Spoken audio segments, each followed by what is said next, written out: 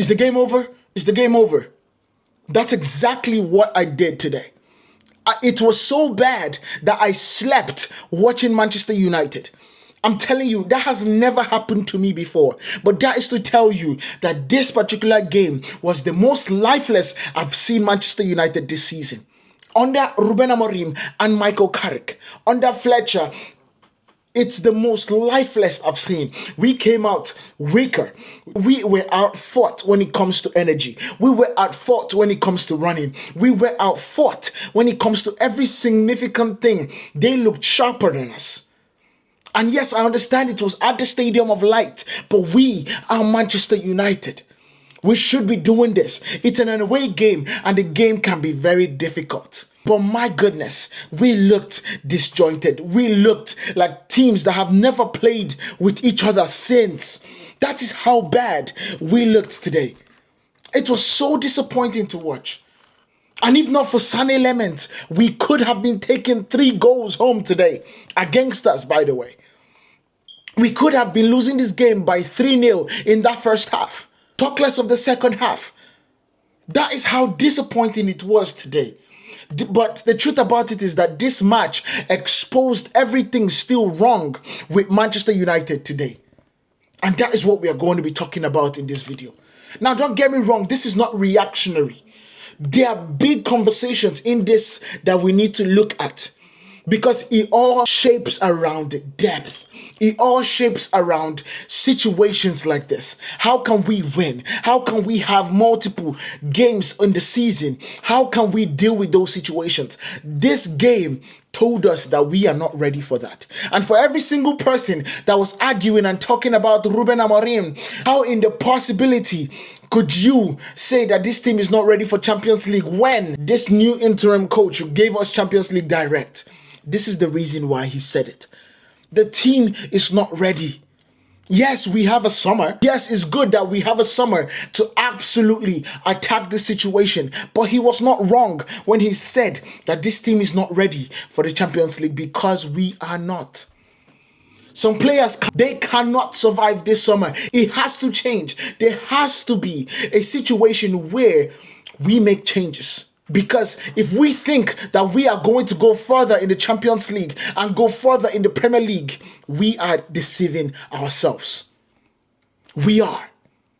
And that is the reason why this video is more than just a post-match reaction. We are going to be going in depth about what happened in the game, how we were lucky. We are going to focus on how Senne Lammens is one of the most best-saving goalkeeper that has been here. We are going to be talking about Joshua Zirkzee. And every single person that is here to talk about blame Joshua Zirkzee, I'm going to give you reasons why I don't think it's all on him. We're going to be talking about Bruno Fernandes. We're going to be talking about the attack. So many things we are going to be talking about today. So without further ado, make sure you guys hit that like button, hit that follow button, hit the subscribe button so we can get to a different place when it comes to the subscribe. And we provide the best news for you and the best analysis for you, no matter what sport.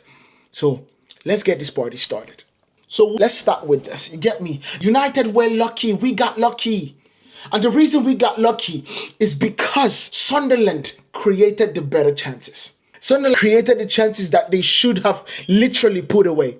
Gertruda, whose name sounds like somebody from Wizard of Oz. Gertruda hitting the post in what felt like a beautiful finish.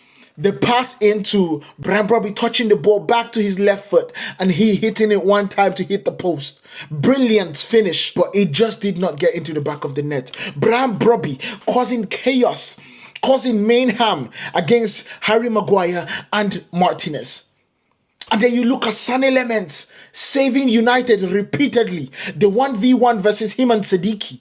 The opportunity versus him and Brobby. The opportunity, the header from Brobby. The header, oh my goodness. I can keep on talking about Senne Lammens till I freaking go grey. That is how well he saved us today.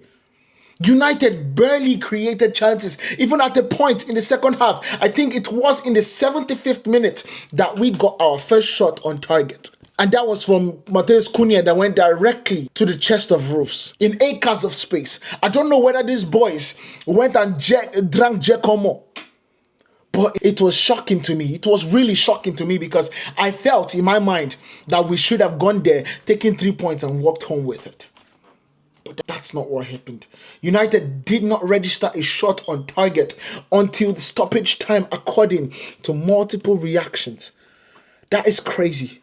That's insane to think about. The squad that has the top 5 most goals this season did not register one shot on target until the stoppage time. My goodness.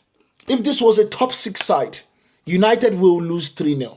Can we all agree that? If it was a top 6 side, we are losing 3-0. That is how lucky we were today. Now let's go into Senne Lammens, because I think Senne Lammens deserves his own section of the topic today. We did good. Whoever scouted Senne Lammens, whoever signed off on Senne Lammens, you need to get a raise, because he was the best United player by a country mile. By a country mile, from here to look back later. He was the best player at Manchester United right now. The big saves, we had 3 or 4 big saves in one game. He was calm under pressure.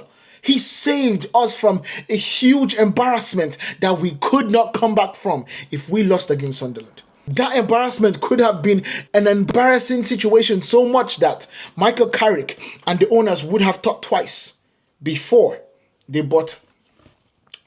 signed off for Michael Carrick being the permanent manager. That is how good he was today. He probably have given Michael Carrick this job. This is a great one because, bro, we need to give this guy his flowers. But I think, let me ask a question just so you guys can know. And if you guys have gotten to this part of the video, make sure you guys respond in the chat. Just to entertain me. Has he automatically overtaken Onana long term? Because don't get it twisted, Onana is going to be coming back in the summer. But has Senne Lammens automatically overtaken Andre Onana? I know my answer and I know how calm he makes our people. But let me know in the chat if he has automatically overthrown Andre Onana, and no matter what Andre Onana does in the summer, would not be able to take over from Senne Lammens. Second question, is he becoming one of the signings of the season? I need you guys to let me know in the chat, because this is how we get interactive. This is how we get engagement. This is how we make sure we connect as a community. Is he becoming one of the best signings of the summer? And I'm talking about the signing in the whole Premier League. And can United finally trust their goalkeeper again? Those are the questions. Let's absolutely answer it in the comments, because Senne Lammens is wisely the man of the match in my opinion, in this particular game. Now, we go to something that a lot of people are talking about right now, Joshua Zirkzee. A lot of people are coming out and saying that Joshua Zirkzee looked disinterested. Joshua Zirkzee had a disaster class. Yes, Joshua Zirkzee that. I know, it's viral. Every single person is talking about it. But I need you guys to understand this situation. We have, and this is the whole internet, they have spoken about Joshua Zirkzee is weak. There's no physicality. He's not the United striker. You need to sell him. TalkSport especially went hard on him in this situation. They discussed poor hold-up play, no threat in the box, slow reactions, no aggression, why he keeps disappointing. In fact, some people even said that this was the final straw for them. But I need you guys to understand this. Joshua Zirkzee this entire season has not had a run of games. This is his first time starting for Manchester United. I need you guys to understand this. Joshua Zirkzee, when he first came last season, we saw how he was not able to hang in there because he did not have much fitness. So when you guys talk about he's weak, that's the last thing that Joshua Zirkzee is. This dude is a big body. He's a big body bent. You get me? Big body Zirkzee. 6'3", running on how many pounds I do not know. But this is not a weak human being. He's not somebody that lacks physicality either. Yes, you can talk about him, his sharpness in the box. You could talk about him not having a threat in the box because we are not playing to his standard, because we are not playing to his strengths. I need us to remember that Joshua Zirkzee came into this team. Every single person was talking about Joshua Zirkzee being a number 9+. So we need to use him as a number 9+ when we are not using Benjamin Šeško. Instead of us trying to pigeonhole Joshua Zirkzee into the Benjamin Šeško corner or pigeonhole him into the Benjamin Šeško situation, create a new system, put the system that fits Joshua Zirkzee for Joshua Zirkzee to actually play football. And we need to also remember that Joshua Zirkzee is not fit. He's not much fit. He has come on 10 minutes here and you expect Joshua Zirkzee to start and have the best of games. This is ridiculous. It's annoying, to be honest with you. We need to start thinking about the context of things. We need to start focusing on what we need to do to make sure that we do not lose our players, because Joshua Zirkzee is one of the most talented people in our team. We just have not unlocked Joshua Zirkzee yet. So for talk about there's no holding play, that's ridiculous. He has a better holding play than Benjamin Šeško. For you to talk about him not having a threat in the box is absolutely wrong. That man knows how to make runs. We just need to be able to put him in the right position. Ahmad had an opportunity to square him today, did not square him, chose to go to the person behind him. You're talking about slow reactions. That's because he's not much fit. Are you talking about no aggression? He is a silky player. Not every single person needs to run through a brick wall. You might be saying, why is he disappointed? Look, this is not a situation where this player has absolutely been playing every single time and him playing every single time, every single substitute, and he's not performing. No. Sometimes he goes months before he touches the ball. Sometimes he goes weeks before he gets a playing time.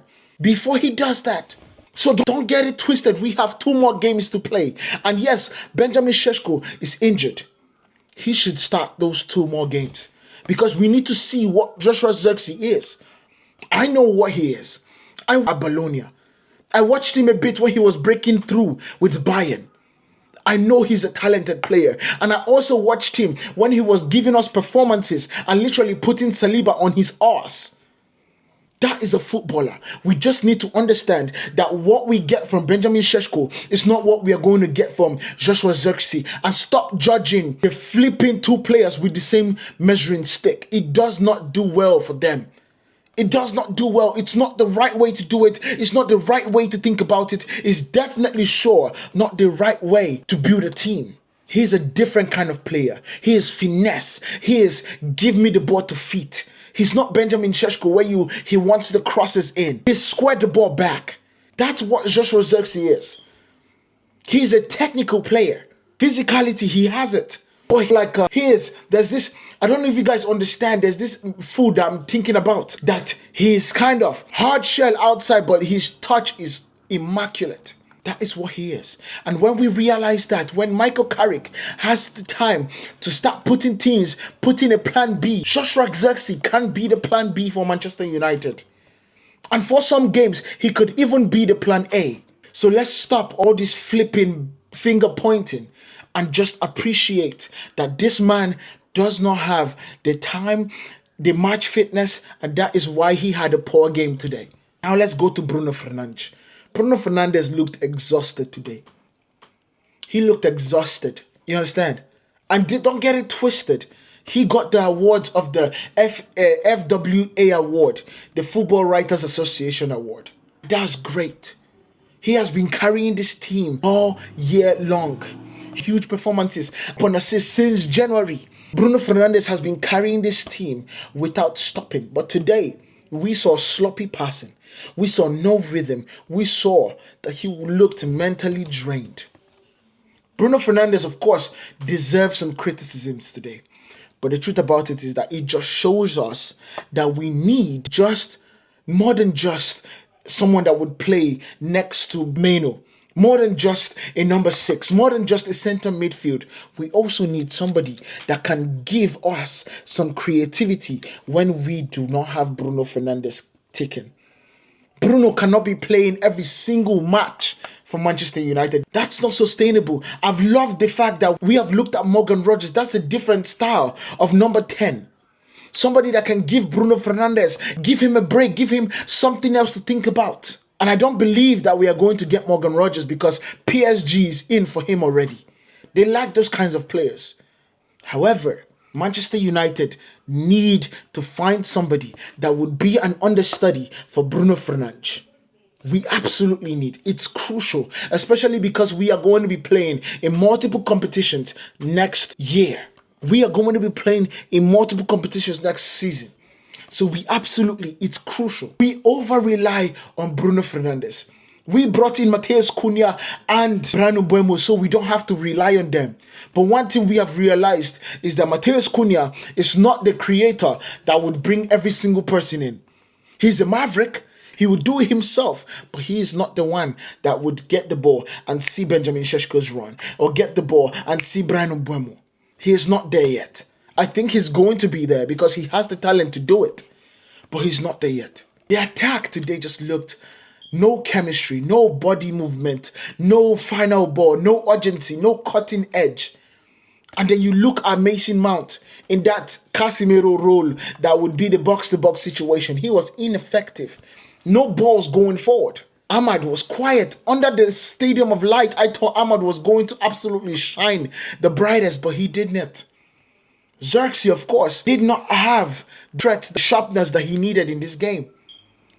And of course, a lack of striker presence was definitely something that affected us. So we could not send the ball forward for us to absolutely bring the team together. This attacks definitely folded today. Whenever we have one or two starters missing, we start bleeding. We start falling apart. We start looking like a team that cannot string 3 passes together. And right there is a problem. It's a problematic situation, and it's a situation that we need to solve. Of course, we need to then look at Ahmad.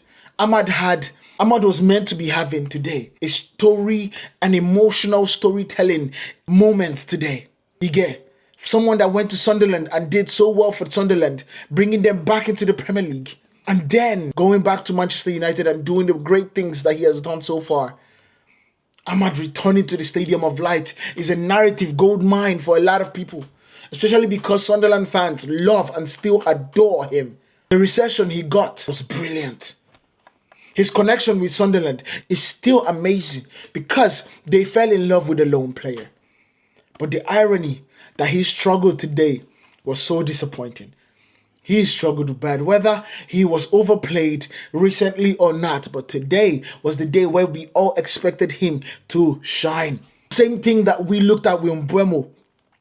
We thought Mbeumo against Brentford would shine, but that was technically one of his worst games. Ahmad definitely looked like a player running on fumes though. He looked like a player running on fumes, and that's it's a sad view, but it's also something that I feel that we need to absolutely tackle. We need to focus and actually understand that, man, there is depth needed. We need to build up the squad. And that leads us to the next topic, which is Michael Carrick's rotation exposed the squad.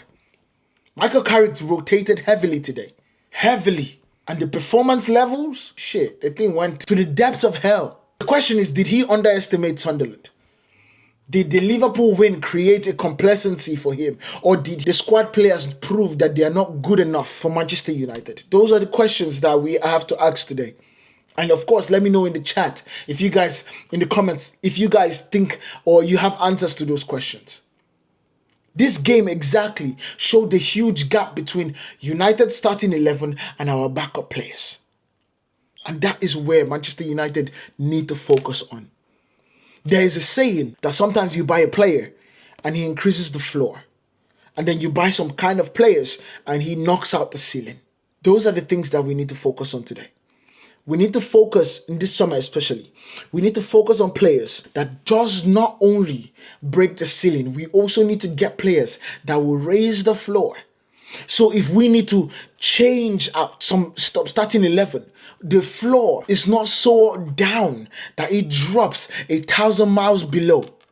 No, we need to yes, I understand there's a starting 11 for a reason. Those are your best players in the best system for a reason. But the people on the bench, the people that are fringe players, should be good enough to be starting 11 players. Maybe they just are struggling on form here and there. Look at the Manchester United of old. You get me? Ole Gunnar Solskjaer was on the bench. Someone that would sometimes put a 15-goal season, 20-goal season. Chicharito on the bench for Manchester United. He played the starting role for Real Madrid at one point. Diego Forlan was on the bench. Could not get away because of Van Nistelrooy, if I'm not mistaken. Sometimes you will see Cole on the bench, or you see, come on. We had at one point Cristiano Ronaldo, Rooney, and Carlos Tevez, that twat from Argentina. We had them all in the team. That's to tell you that we need to build out our depth. And we need to do it fast. Don't get it twisted. This is not a whole video talking about the negatives. Mazraoui was somebody I need to absolutely talk about today. While everybody will trash other the attackers, we need to give credit to Mazraoui today. His defensive recoveries were brilliant. His 1v1 defending, top-notch. His consistency, ridiculous. Quietly, he was becoming the most reliable players on the pitch today.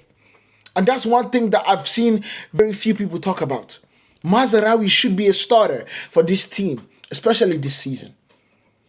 We will see how it goes next season, but that is one position that I know that we can definitely get better if he's on the pitch.